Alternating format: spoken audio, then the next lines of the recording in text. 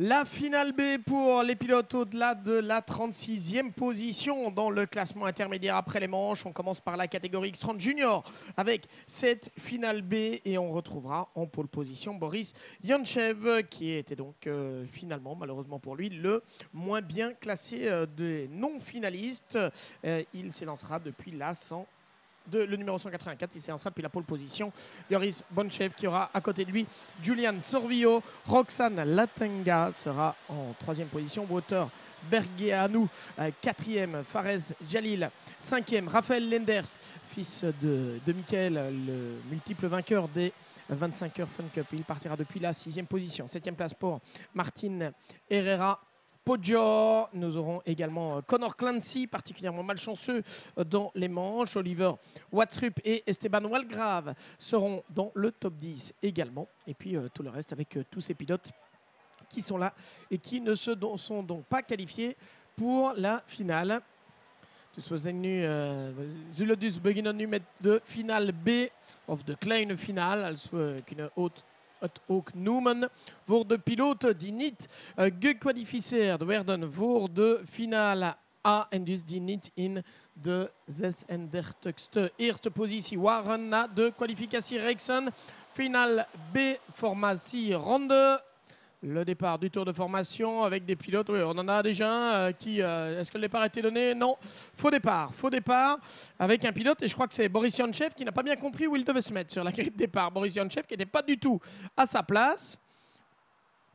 Il n'a pas dû souvent partir depuis la pole position, à mon avis, Boris Yantchev, qui était complètement au milieu de piste et non pas dans le couloir. Piste de droite. En tout cas, côté droit de la piste. We hebben een extra formation lap. Ik denk dat Boris Yantchev niet op de correcte positie was. Nummer 184 de Pullman.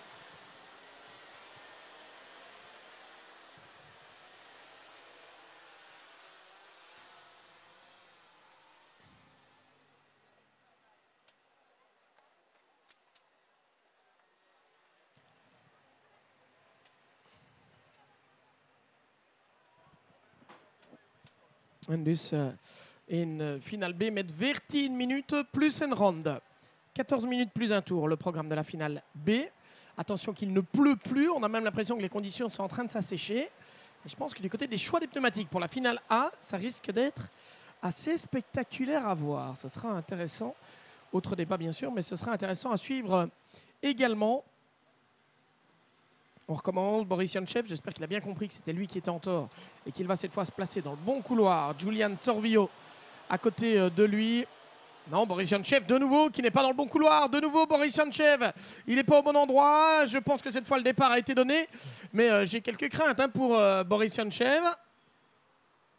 Et ça passe du côté du premier virage avec des positions qui ont déjà changé. Et c'est assez rapidement Connor Clancy qui a pris le meilleur. Connor Clancy qui était bien classé lors des essais qualificatifs puisqu'il était 16e. Il a beaucoup souffert durant les manches qualificatives. Connor Clancy qui a clairement le potentiel pour faire mieux que cette petite finale. Et il entend bien le démontrer en allant dominer cette finale-ci. Connor Clancy, le pilote numéro 2.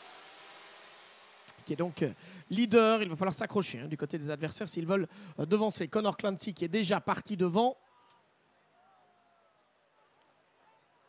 Et derrière, on avait Roxane Latinga, mais Roxane Latinga qui vient d'être dépassée par Martin Herrera Poggio, le pilote néerlandais du DGM Racing. Et un pilote en tête à queue, le numéro 135, qui est en tête à queue. C'est Julian Sorvillo qui était deuxième sur la grille de départ. Julian Sorvillo, le pilote belge, et malheureusement pour lui, ça va être compliqué dans cette finale B puisqu'il va devoir repartir à l'arrière du peloton.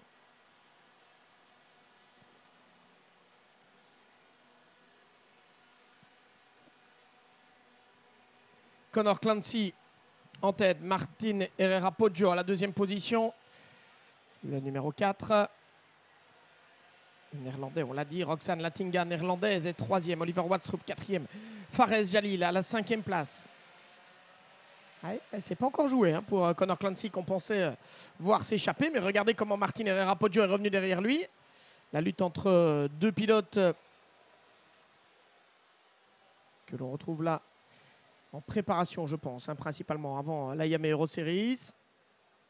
Et la finale de cette Yamaha Euro Series, ils n'ont pas pu atteindre la finale A. Ils vont se battre aux avant-postes dans cette finale B.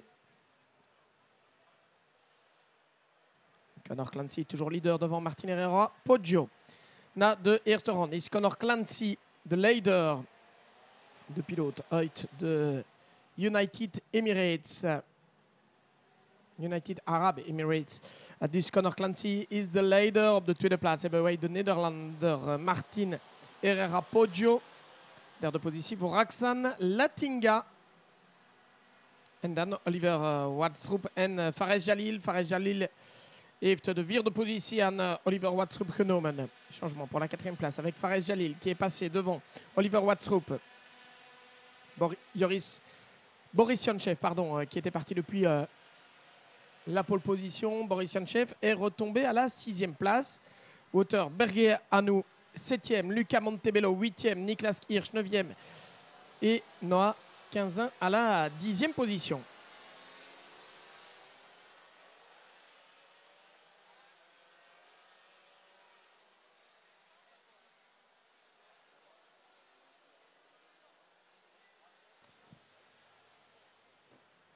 On reste avec les leaders à l'image sur la chaîne YouTube Yamaha Series Benelux. Si vous nous suivez actuellement, on aura la finale dans quelques instants, la finale A.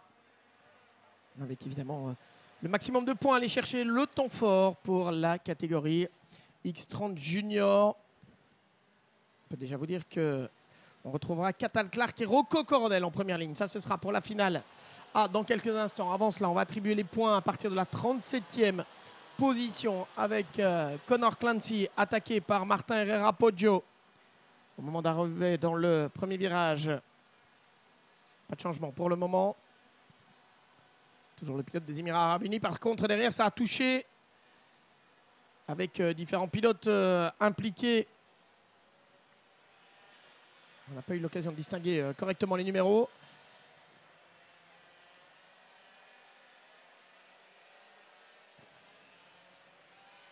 Conor Clancy, Martin Herrera Poggio, Roxane Latinga et Boris Yantchev.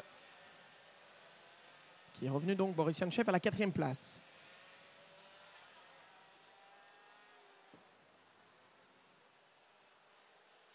On sent évidemment, et c'est logique, hein, que le niveau est un peu moins relevé que ce que l'on avait vu pour les courses précédentes en tête de la course, avec des écarts qui se creusent plus rapidement. L'attaque, la touchette d'ailleurs de Martin Herrera Poggio sur Conor Clancy.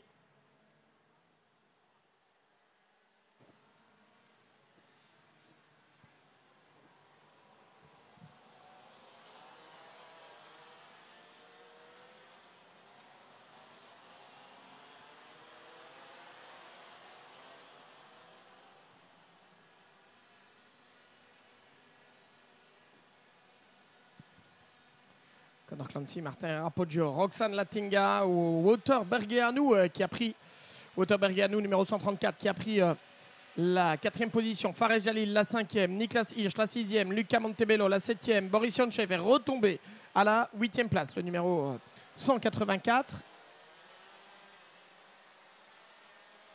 À l'image, Wouter Berger-Hanou, Fares Jalil et Niklas Hirsch.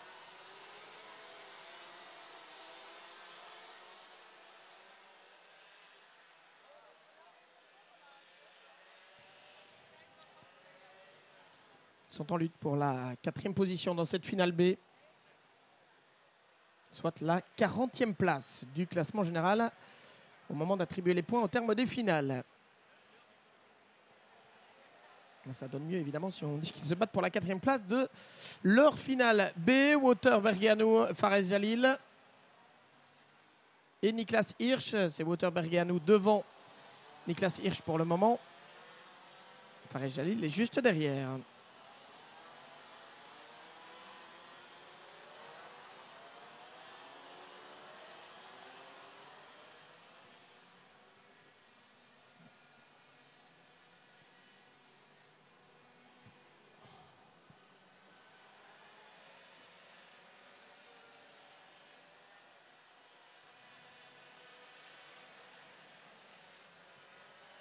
Noah 15-1, numéro 171 que l'on a à l'image ici, qui était en remontée également, puisqu'il revient dans le top 10, Noah 15-1. Ça nous permet de voir des pilotes que l'on n'a pas vus durant le reste du week-end. Boris Yantchev là, attaqué par Marle Taylor, la numéro 199.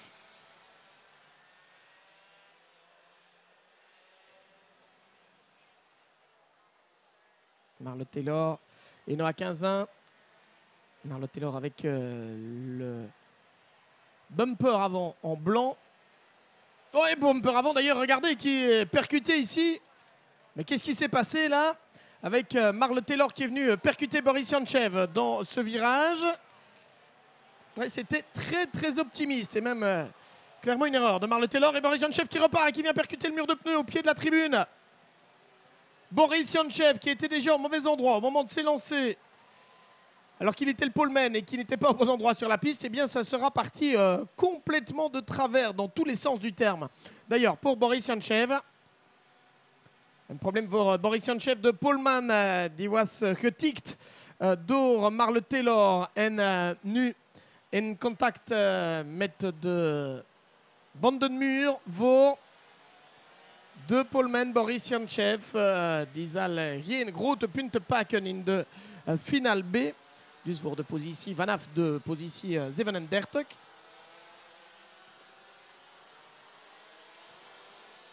Ouais, il va être bien frustré sur ce coup-là, certainement, Boris Yantchev. Mais là, il est parti tout seul à la faute après s'être un peu énervé, ce qu'on peut comprendre, évidemment. Mais il s'est fait piéger au freinage de la cafétéria. Et pendant ce temps-là, on essaie d'analyser la piste et l'état de la piste, notamment avant la finale A. Est-ce que certains pilotes vont oser passer les pneus slick par la suite? Alors, parmi les pilotes qui remontent pour le moment, on a le numéro 113 qui est Fares Jalil, le pilote de l'équipe Eurokarting, qui vient de passer devant Niklas Hirsch, je crois. Non, pardon, il est Fares Jalil, 6e. Il est repassé devant Luca Montebello. Il est en lutte avec Luca Montebello.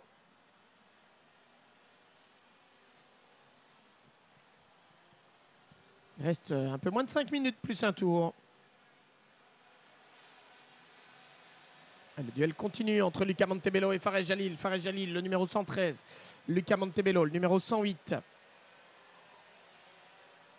Deux pilotes belges. Luca Montebello engagé par l'équipe RSD Karting. Fares Jalil par l'équipe Euro Karting.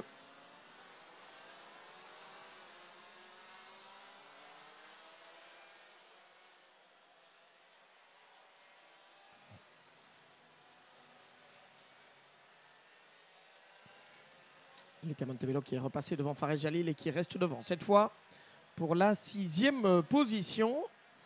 On doit commencer à gérer peut-être la dégradation des pneus à certains endroits. Est-ce que les pilotes commencent à aller chercher l'humidité? En tout cas, il y en a encore des consorts de la trajectoire, ça c'est sûr. On l'a vu ici sur le vibreur notamment. Connor Clancy et Martin Herrera Poggio zijn de leiders in deze B-finale voor de Class X30 Junior. Roxane Latinga. De derde positie, Niklas Hirsch. Vierde, vijfde plaats voor Wouter Bergeanu. Zesde plaats, Fares Jalil. Zevende positie, Luca Montebello. Achtste positie, Noah 15. Negende plaats voor Julian Sorvio. En tiende positie voor Rafael Lenders.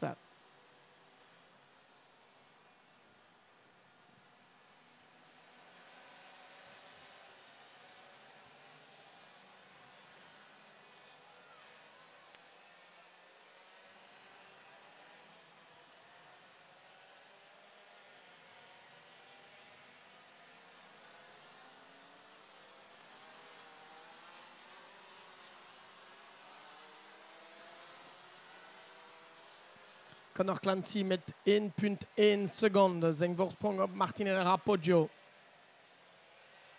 Roxane Latinga nog op de derde plaats. Niklas Hirsch, vierde. Wouter Bergeanu is op de vijfde positie. En dit is het gevecht tussen Noah 15 en Julian Sorvio. Julian Sorvio qui revient. Oh, le contact là sur l'arrière, sur Noah 15 et ça passe pour Julian Sorvio.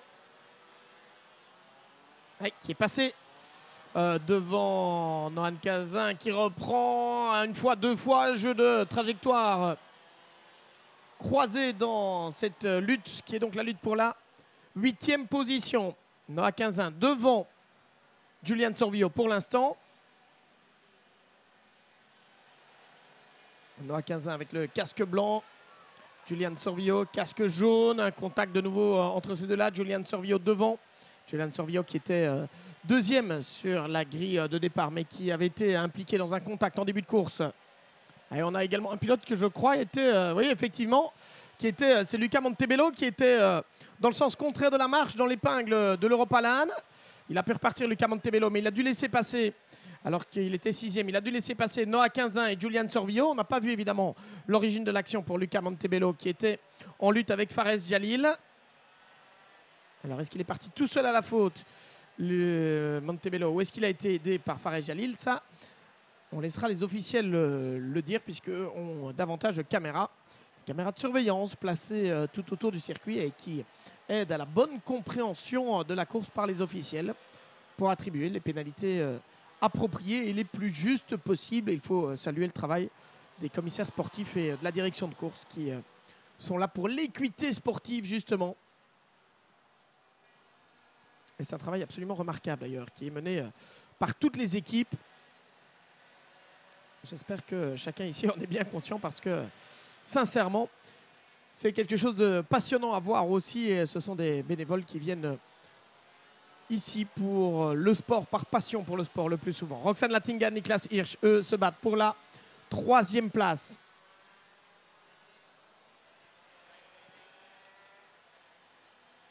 Roxane Latinga, Niklas Hirsch. 157 pour Roxane, 156 pour Niklas.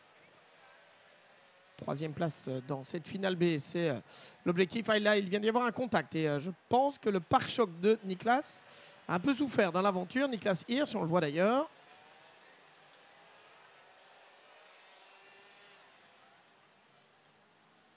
Et on va rentrer maintenant dans ce qui sera le dernier tour. Laatste ronde voor Connor Clancy en Martin Herrera Poggio. Laatste ronde ook voor Roxane Latinga. Niklas Hirsch. Het is nog het duel voor de 3e plaats. Niklas Hirsch die zal voorbij rijden, maar we kunnen zien dat zijn bumper is niet meer in positie.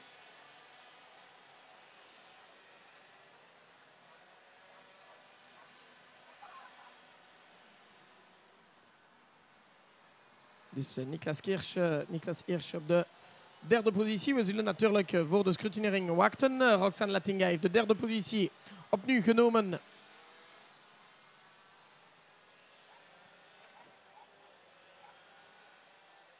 Dans cette finale qui aurait été limpide, en tout cas au niveau des avant-postes, avec Connor Clancy qui a directement tué tout suspense en prenant la tête dès le premier virage et puis en s'échappant face à Martin Herrera Poggio. L'un des rookies, rookie également, Roxane Latinga qui va probablement aller chercher la néerlandaise, la 3e position face à Niklas Hirsch. Belle course donc de Roxane Latinga. Niklas Hirsch 4e, Wouter Behianou 5e. Et la victoire dans cette finale B revient à Connor Clancy. Une consolation évidemment pour Connor Clancy. Martin Herrera Poggio à la 2e place.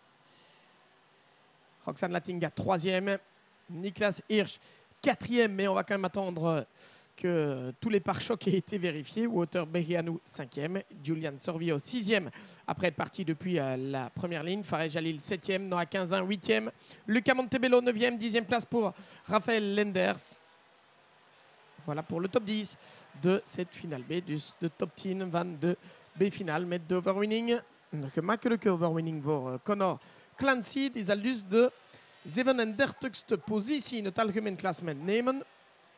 Martin Herrera Poggio, de Nederlandse rookies op de 2e plaats. Roxane Latinga, 3e positie. Niklas Hirsch 4e. Wouter Behianou 5e. Julian Sorvillo 6e. Fares Jalil 7e. Noah Quinzin, Luca Montebello en Raphaël Lenders zijn ook in de top 10.